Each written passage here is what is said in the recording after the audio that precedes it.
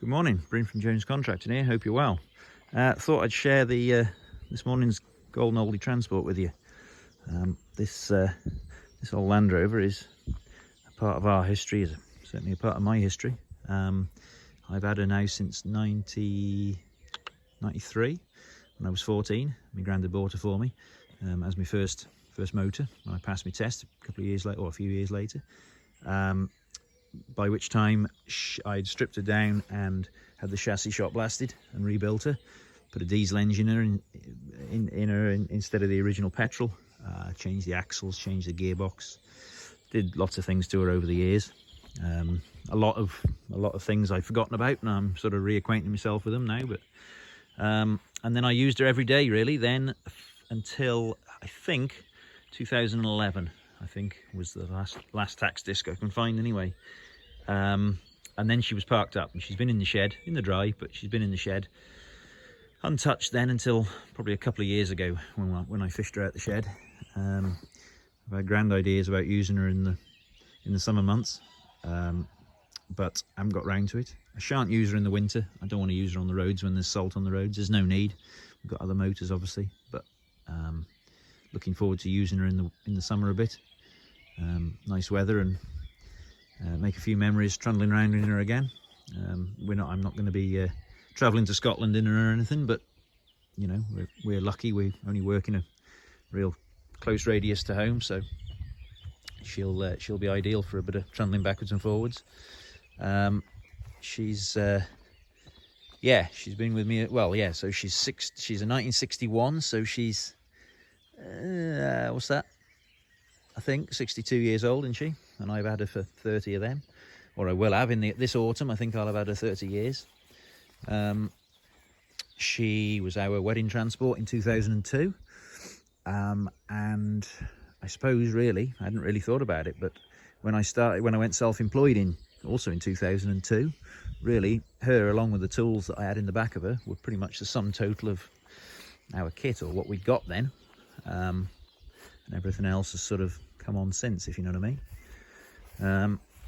She's all pretty rudimentary stuff, you know, posh seats out of an Opel Manta, which themselves are a bit of a rarity these days, I know. Yeah, not a lot of leg room, not a lot of elbow room, and all, you know, yeah, you can say, well, that's all tatty, but a lot of it's got memories, you know. I remember making this aluminium plate up for extra switches. I can remember, you know, changing the windscreen wipers to the later type and all them sort of things.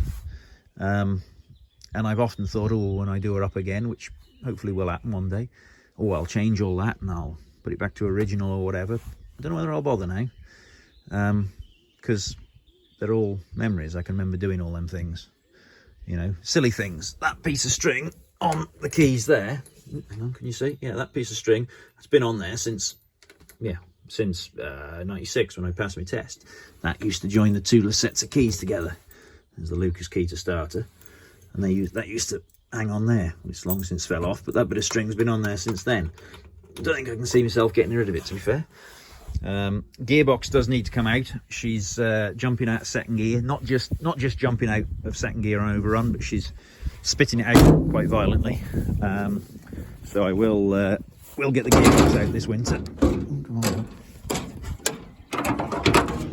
We'll get the gearbox out this winter and either rebuild it or get it done. I don't know. Not done so bad, this gearbox.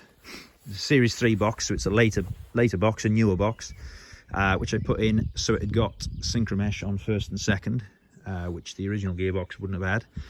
And I remember putting it in and then only afterwards dropping the oil out of it, and some sort of important looking bits of metal plopped out the bottom in the oil. And I remember talking to a neighbour, an old mechanic guy, in a bit of a panic, and don't worry lad, get it out and get it apart, and I'll come and help you put it back to, we'll find the bits that are wrong and you can get them, and then we'll stick it back together. And we did. And that gearbox now, so therefore, has done about 85,000 miles, which is what I've done in it. So I can live with a gearbox rebuild. Yeah, all pretty basic. these days you haven't got half the room around the engine that you used to have. You used to be able to sit on here and put your feet down each side when you were working on if you really wanted. Again, wiring's a bit of a rat's nest now. It makes me cringe. I'd be horrified now if I carried out some of that sort of wiring, but again, a lot of it's memories, and it's all working all right. Bless her, she's with a bit of fiddling, she's come back good as gold, really. Not the original diesel engine that I put in her in 95-ish. That, well, I say blew up. That went poorly. So I actually had a rebuilt 2 1/4 diesel put in her which I put in her in 97, I think that was. So that's the 3rd engine I suppose she's had. Originally she was a truck cab, so just like a pickup, with a canvas back on it then. And I put that hardtop on when I originally did her. Yeah, all pretty. Yeah, she's once again, as usual, loaded up in the back, bless her. But yeah, lots of memories. Silly things like that interior light there. I remember soldering the wires onto that festoon bulb because I couldn't get one to fit. I remember doing that, thinking, oh, might last a turn, might do a turn for a short while, and it's still here 30 odd years later. And Taz, he's been on there since 90. Yeah, it was 97, May 97 Taz went on there. He's looking a bit dog-eared now, bless him, but he's still hanging on there, isn't he, fella?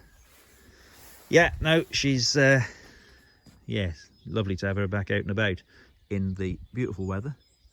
I don't know, I don't think I'd head off to Scotland in her. I perhaps would have done once upon a time, although I don't think I ever went that far afield, but I wasn't frightened of going places in her, and I'm not now. So long as I got a toolbox chucked in the back, I'd quite merrily toddle off, but I don't know whether my back would stand it now.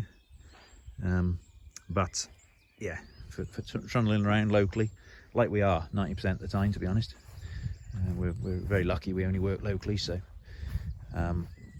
she hasn't got far to go, but no, it's making a nice change to have her on the road and a bit of something different. All right.